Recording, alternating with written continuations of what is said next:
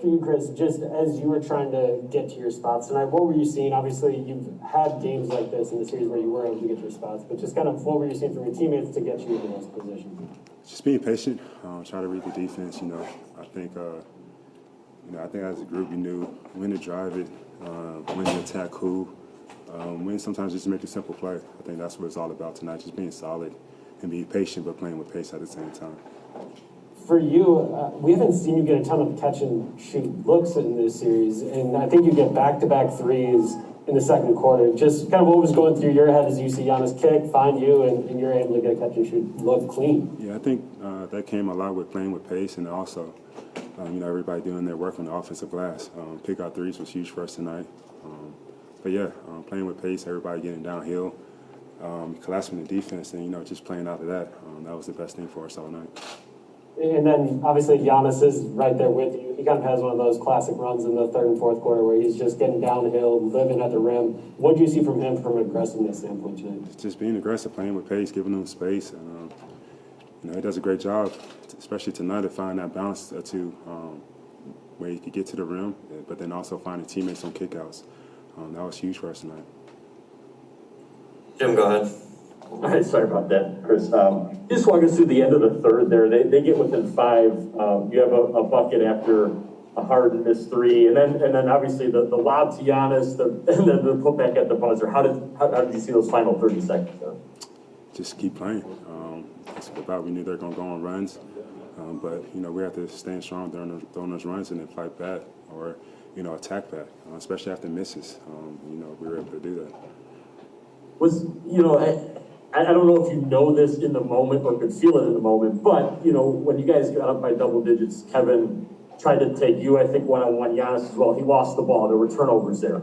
And you guys go the other way. So I guess, did it feel like a momentum shift or a way for you guys to build the lead as opposed to maybe them, doing what they did in, the last game where they were able to kind of convert in those moments, whereas you guys came up with the stops? Yeah, especially our turnovers. Plays to our advantage. They don't get a shot up, but when Kevin's trying to put his head down, be aggressive and score, all we want to do is just trying to contest his shots, make it tough on him, making them work. Nothing easy for him or anybody else. Steve McGargy. Just wondering, first, just what are your general thoughts heading into Game 7? The home team's won every game this series. You've had close losses, one-sided losses in Brooklyn. How much y'all's confidence level heading into Saturday now? I didn't hear the last part of the question. Just what's your confidence level heading into Saturday, going back to Brooklyn? Confidence has always been high, win or loss. Never get too high, never get too low. That's the main thing in the NBA season, especially in the playoffs. You got to be able to bounce back and stay strong. But, we haven't run on the road yet, and that's the only way we knew we were going to win this series if we get it and win on the road. And, it's coming down to the last game. And just the fast break points are it's like 26-4, I think, in best break points. Just how much of an emphasis was that? How were you able to kind of deliver it the way y'all did tonight that way? Yeah, it's just, especially off misses, try to push the pace on. Try to drive and kick, try to get to the paint. That's our strong suit.